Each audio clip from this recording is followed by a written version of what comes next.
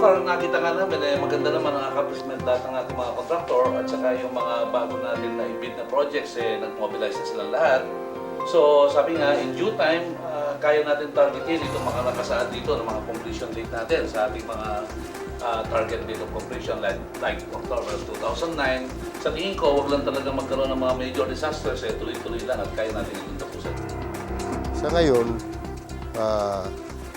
mayroong mga parte pa roon na napakahirap dahil sa putik pa yun. There are parts of the road that has been concreted, maganda na.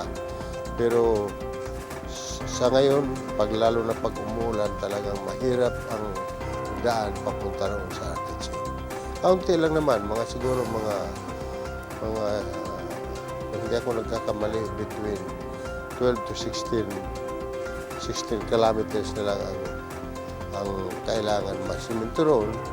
Pag yun ay nagawa na, yung kalsada na yun, yung national road yun, magdudugtong na yun ng Eastern at saka Northern Samar. Nagawa na rin yung kalsada na yun, papuntang Lapinig. Kadugtong na yun ng Eastern at saka Northern Samar National Road. Yun ang tinatawag ng ating presidente, mahal na presidente, na circumferential road. May ikot na ang buong Samar, which comprises of 3 provinces. May ikot na.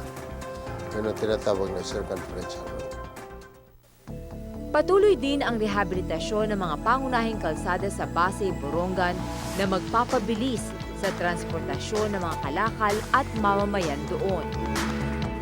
Ito yung binanggit ni Presidente at meron siyang instruction kay Secretary Dani na gawin natin itong cross-country road. Hindi lang magiging cross-country road ito, that will shorten yung travel via the original Samar South Coastal Road, but it will also open mga potential growth areas dito at mapapadali yung transport ng mga kababayan natin dito, yung mga magsasaka ng mga farm produce nila to either Borongan or Pasay down to Tacloban and other growth areas dito.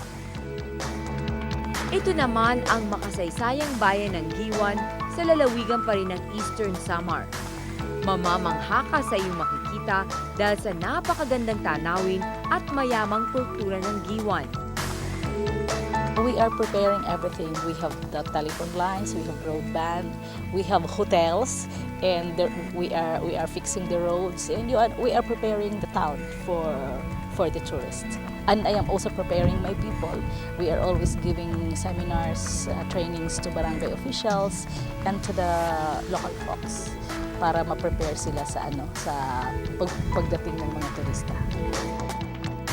Ayon pa kay Mayor Annalisa, patuloy ang kanilang pagpupursige upang makilala ang bayan ng Giwan bilang tourist destination ng Eastern Samar. We are promoting Giwan as a tourist destination.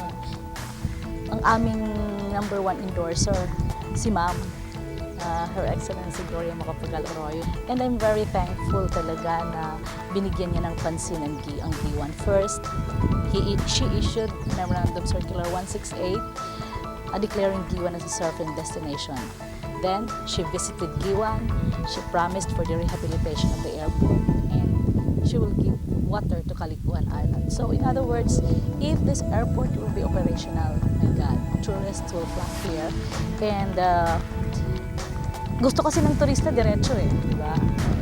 The nearest airport is Tacloban, and Tacloban to Giwan is still 150 kilometers, and it will take 2.5 hours to come. Ngayon nga, wala pang airport, ang dami na kaming bisita.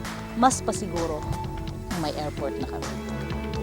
Dito rin matatagpuan ang United States Navy 3149 base na ginamit noong World War II. Katunayan, dito ang naiwang airstrip na sa kasalukuyan pinaaayos ng pamahalaan. Itong airport na to, ginawa ng mga Amerikano during the Second World War. Ginawa ito for more than a month. This is a classified airport, a secret airport. And I believe that General MacArthur landed in Giwan rather than Leyte. Because if you will see the map, General MacArthur came from Australia. And since Giwan was a secret airport, he could have landed here. Because when he went to Leyte, in the historic Leyte Landing, may mga kasama na siyang mga Pilipino. Saan sumakay yung mga Pilipino? So dito. If you will read the history book during the war, you will not see that an airport was built in G1. But this is a living witness that the Americans built an airport here. Ang yaman ng Eastern Samar ay di lamang makikita sa panglabas na anyo ng lalawigan. Ito'y nakapaloob sa bawat puso at isip ng mga mamamayan nito. Nagsisikap, nagtutulong-tulong, nagkakaisa tungo sa maunlad at payapang lalawigan ng Eastern Samar. Ating pag-asa, pagkakaisa. Ay yung mga taga-Giwan, nagtatalinguha kita nga maging maupay it aton lugar.